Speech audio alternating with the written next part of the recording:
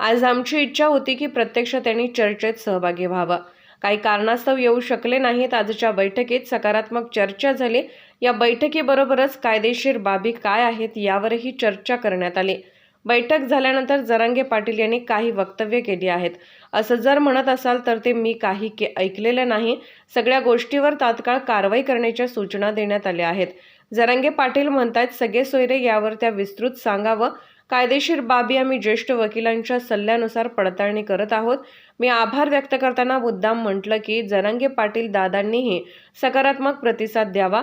ज्या बाबतीत जरांगे पाटील यांनी आमच्या बैठकीत मुद्दे उपस्थित केले आहेत त्या सगळ्या गोष्टीची नोंद केली आहे. त्यावर सगळी योग्य ती माहिती घेऊन कारवाई करण्यात येणार आहे. योग्य त्या विभागीय अधिकाऱ्यांना आम्ही संबंधित आदेश देणार आहोत. जरांगे पाटील यांना आम्हाला एकच सांगायचं आहे की मागची 60 वर्ष जे झाले नाही ते शिंदे साहेबांच्या आदेशावरून गतीने काम करू. त्यांनी 2 वेळा मुदतवाढ दिलेली आहे, पण तरीही त्यावर आम्ही काम करत आहोत. काम करताना काम अंगलट आलं तर कोर्टात काही चुकीचं झाल्यास आपल्या पायावर दगड पडल्यासारखं वाटू नये म्हणून काळजीपूर्वक आम्ही प्रयत्न करत आहोत.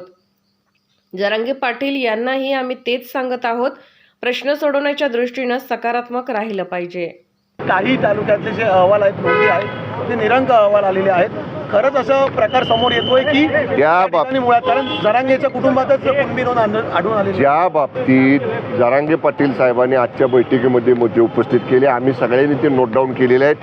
विभागाला आजच सूचना आम्ही दिलेल्या आहेत की या बाबतीत जी वस्तुस्थिती आहे त्याची माहिती तात्काळ सादर करा.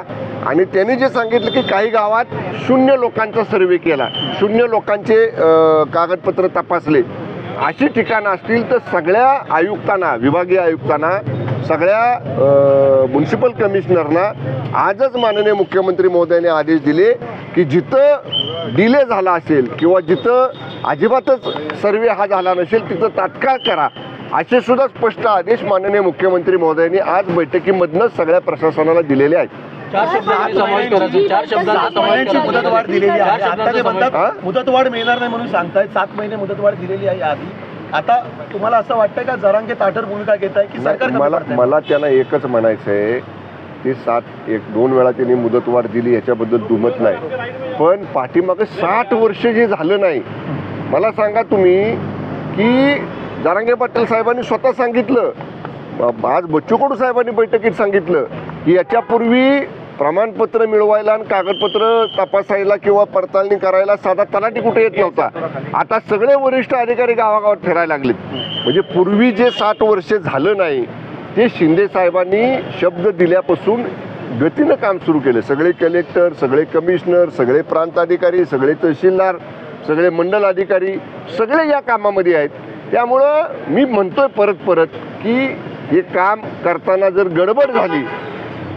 गडबड केली आणि त्या गडबडीमध्ये जर ते आपल्या अंगलट आलं आणि त्या गडबडीमुळे जर समजा ऐनवेळी पुन्हा कोर्टामध्ये काही चुकीचा निर्णय झाला तर तो आपण आपल्या पायावर दगड पडल्यासारखं होऊ नये म्हणून काळजीपूर्वक सगळ्या गोष्टी आम्ही करतोय. आणि त्याच्यासाठी जर थोडासा वेळ लागणार असेल, आत्तापर्यंत वेळ दिला त्याच्याबद्दल आम्ही जरांगे पाटील साहेबांचे सरकारच्या वतीनं आभारच मानलेले आहेत. पण प्रश्न सोडवण्याच्या दृष्टीनं सकारात्मक राहिलं पाहिजे एवढीच माझी विनंती. धन्यवाद.